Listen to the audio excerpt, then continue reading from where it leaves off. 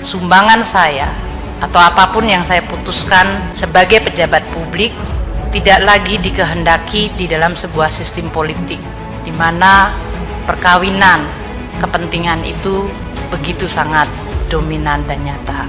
Karena ironinya begitu besar, sangat besar.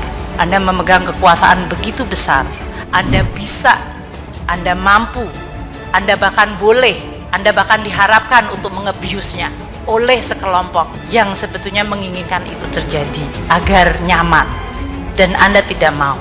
Banyak orang-orang yang harus dipaksa untuk berkompromi, dan sering kita menghibur diri dengan mengatakan kompromi ini perlu untuk kepentingan yang lebih besar.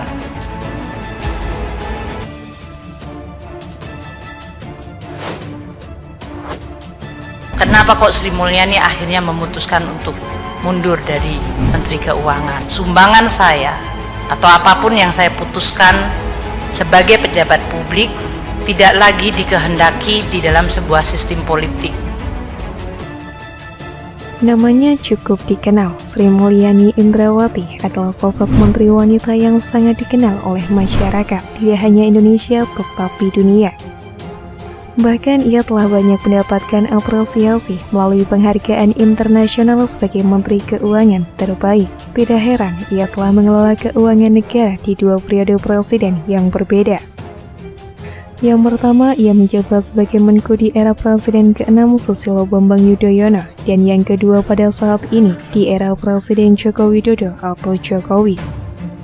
Sejak bersama Presiden Joko Widodo atau Jokowi, Menteri Keuangan Sri Mulyani tampil begitu sangar dalam mengelola sistem keuangan di Indonesia. Tentu ini menjadi hal yang sepertinya sangat sulit dilakukannya semasa menjadi Menteri Keuangan era Presiden Susilo Bambang Yudhoyono atau SBY. Sri Mulyani yang adalah seorang profesional terpaksa mengundurkan diri karena tidak tahan dengan tekanan dan politisasi di era SBY. Ketika mendapatkan tekanan, Sri Mulyani tidak mendapatkan perlindungan dari Presiden. Itulah mengapa ketika sumbangsihnya sebagai pejabat publik masa SBY tidak lagi diterima akibat terlalu banyaknya kepentingan elit politik. Sri Mulyani pun memutuskan mundur dari mengikuti kemauan sistem politik di masa SBY. Yang lebih hebatnya dari Sri Mulyani adalah dirinya menyebut mundurnya dia dari kabinet SBY merupakan suatu kemenangan, lantaran Sri Mulyani tidak mengkhianati nuraninya dan tidak dapat didikte. Beda lagi ketika Sri Mulyani menjadi Menteri Keuangan Presiden Joko Widodo. Di era Presiden Joko Widodo, Sri Mulyani seperti menemukan kembali prinsip hidupnya. Menteri Keuangan ini diberi keleluasaan besar dari Presiden Jokowi dan dilindungi dari intervensi elit politik. Lihat saja bagaimana Presiden Jokowi menunjuk ke wanita segudang prestasi menjadi panglima dalam menuntaskan kasus penagihan hutang Badan Likuiditas Bank Indonesia atau BLBI. Di antara 48 obligor dan debitur BLBI, 2 di antaranya adalah Hutomo Mandala Putra alias Tommy Soeharto dan Siti Hardianti Rukmana atau Tutut yang merupakan anak dari Presiden Indonesia kedua Soeharto. Tommy Soeharto sendiri diketahui memiliki hutang sebesar 2,6 triliun rupiah, sedangkan Tutut hampir 1 triliun rupiah hutangnya.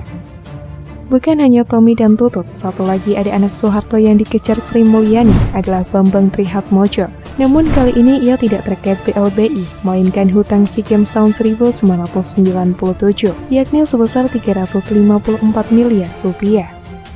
Presiden Joko Widodo dan Sri Mulyani memang duet maut yang sangat berani karena kasus BLBI ini melibatkan orang-orang besar. Banyaknya keluarga cendana, di mana bukan rahasia umum lagi jika gurita perusahaan cendana sangatlah banyak. Aset-asetnya pun gila-gilaan, dan itulah bedanya Sri Mulyani di era Presiden Jokowi, yang mana lebih berani dan ganas dibandingkan di era Presiden Susilo Bambang Yudhoyono.